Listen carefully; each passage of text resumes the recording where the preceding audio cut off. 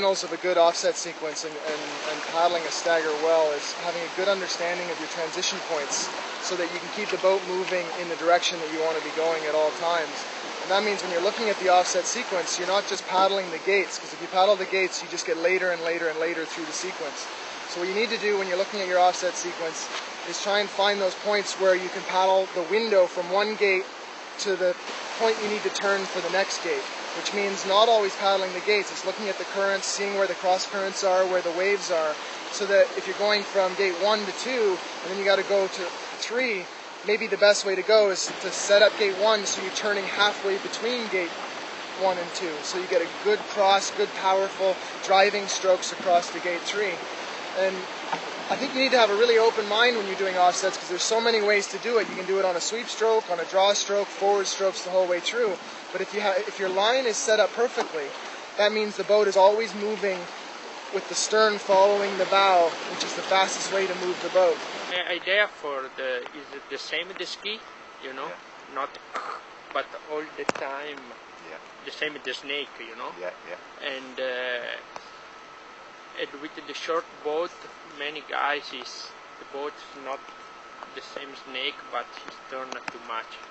I have a similarity there with the downhill skiing. So the fact is even there that you have to have the speed on the last gate.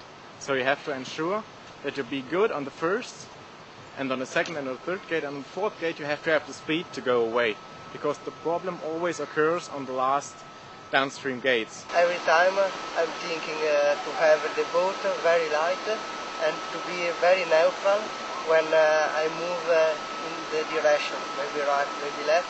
I try to be very neutral on my back. I try to feeling the back, and I try to put the back every time out of the water. You know, when I was young, I was till 21 or I was always making, you know, shh like this, and it was not very fast. Now I try to focus on always paddling in the gates, always to be always paddling, and to have my torso, my torso very vertical, you know, and not like this or this. I try to do this. I think you have to have a lot of space to really push your boat forward, and your front should be always down. And I think it's good if you go in the middle of the gates, don't cut any lines, and if you have room for paddling, not avoiding, I think this is quite good. In offsets, I really try and focus on staying early and never feeling rushed.